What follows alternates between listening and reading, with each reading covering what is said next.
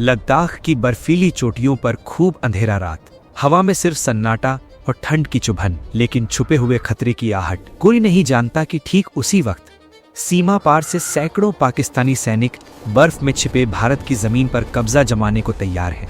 ये कोई साधारण घुसपैठ नहीं थी, ये था एक बड़ा षड्यंत्र। और सबसे डरावनी बात, हमारी अपनी खुफिया एजेंसियां पहले ही चेतावनी दे चुकी थी, लेकिन सेना की कमान ने उन चेतावनियों को नजरअंदाज कर दिया। देश की सुरक्षा और जवानों की जान सबसे बड़े सवाल बन चुकी थी। साल था 1998, जून का महीना। इंटेलिजेंस ब्यूरो के डायरेक्टर श्यामल दत्ता ने एक गुप्त नोट लिखा, रेफरेंस नंबर 28 AK 98।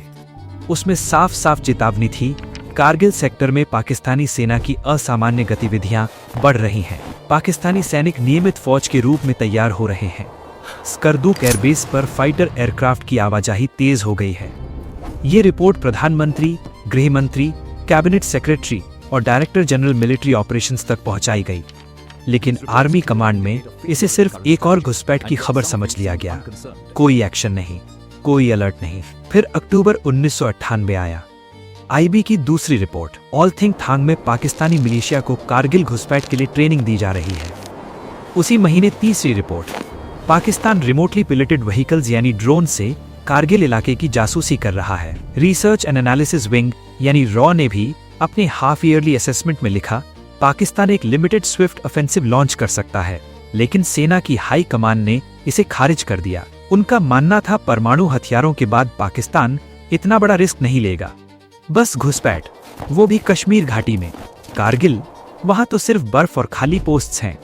सर्दियां आ गई। 1998-99 की भयानक ठंड, बर्फ इतनी कि पैर रखने की जगह नहीं। पाकिस्तानी नॉर्दर्न लाइट इन्फेंट्री के सैनिक छद्मवेश में लाइन ऑफ कंट्रोल पार करके चुपके चुपके ऊंची चोटियों पर चढ़ गए। टाइगर हिल, टोलोलिंग, पॉइंट 5353, एक एक करके उन्होंने भारत की जमीन पर कब्जा कर लिया, सैकड़ों किलोमीटर तक। लेकिन दिल्ली और उधमपुर की आर्मी हेडक्वार्टर में कोई नहीं जानता था। IB और रॉ की चेतावनियां फाइलों में दब गईं। ब्रिगेडियर सुरिंदर सिंह, जो 12वीं 121 इन्फेंट्री ब्रिगेड के कमांडर थे, बार बार रिपोर्ट भेज रहे थे, कारगिल में असामान्य गतिविधियां बढ़ रही हैं, लेकिन उनकी आवाज भी अनसुनी रह गई। मई 1999, बर्फ पिघलने लगी। एक गरीब चरवाहा, जिसका नाम आज भी गुमनाम है, सबसे पहले चिल्लाया, साहब, पहाड़ों पर अजनबी सैनिक हैं। फिर 3 मई को सेना की गश्ती टुकड़ी गई, लेकिन वापस नहीं आई। लेफ्टिनेंट सौरभ कालिया की पेट्रोल पार्टी पूरी तरह गायब। कुछ दिन बाद पता चला वे पाकिस्तानी सैनिकों के हत्थे चढ़ गए थे। फिर और पेट्रोल भेजे गए, लेकिन वे भी दुश्मन के घात लगाए हुए फायर में घिर गए। अब सच्चाई सामने आ रही थी। ये कोई मिलिटेंट नहीं, पाकिस्तानी रेगुलर आर्मी थी, सैकड़ों में हथियारों से लैस, बंकर बना चुकी। आर्मी कमान हक्की बक्की रह गई। Chief of army staff general VP Malik उस वक्त पोलैंड में थे। कोई तैयारी नहीं थी, ना हेलीकॉप्टर, ना गोला बारूद का पर्याप्त स्टॉक। जवानों को बिना पर्याप्त जानकारी के ऊंचाई पर चढ़ने को भेजा गया। बर्फ में 5000 मीटर से ऊपर, जहां सांस लेना भी मुश्किल था। दुश्मन ऊंचाई पर था, फायरिंग पोजीशन पर था। हमारे जवान नीचे से चढ़ रहे थे, हर कदम पर मौत का सामना कर रहे थे। टाइगर हिल पर लड़ाई, वो नाम आज भी खून जमा देता है।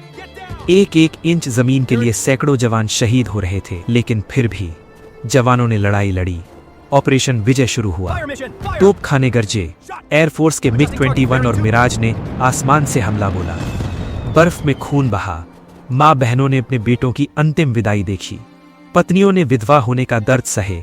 देश ने देखा कैसे एक गलती, एक नजरअंदाज चेतावनी ने इतने परिवारों को रोने पर मजबूर कर दिया। 557 जवान शहीद, सैकड़ों घायल, लेकिन पाकिस्तान को पीछे हटना पड़ा। 26 जुलाई 1999 को कारगिल पूरी तरह मुक्त हुआ। फिर भी सवाल उठता है, क्यों IB और रॉ की गुप्त रिपोर्टों को आर्मी कमान ने नजरअंदाज किया? क्यों ब्रिगेडियर सुरेंद्र सिंह की चेतावनियां फाइलों में दब गईं? क्यों देश की सुरक्षा पर सवाल सबसे बड़े सवाल पर था, लेकिन कोई नहीं सुन रहा था? कारगिल रिव्यू कमेटी ने बाद में कहा, ये इंटेलिजेंस फेलियर नहीं, बल्कि एक्शन लेने में फेलियर था। लेकिन जवानों की जान चुकानी पड़ी। आज भी वो चोटियां गवाह हैं, वो बर्फ आज भी चीखती है। हमारे वीरों की कुर्बानी ने देश बचाया, लेकिन वो सबक, वो चेतावनी, क्या हम कभी भूल पाएंगे? जब अपनी ही कमान ने खतरे को नजरअंदाज कर दिया, तब भी हमारे जवानों ने जीत हासिल की। लेकिन अगली बार क्या हम सतर्क रहेंगे या फिर इतिहास खुद को दोहराएगा? ये सवाल आज भी देश की आत्मा को झकझोरता है।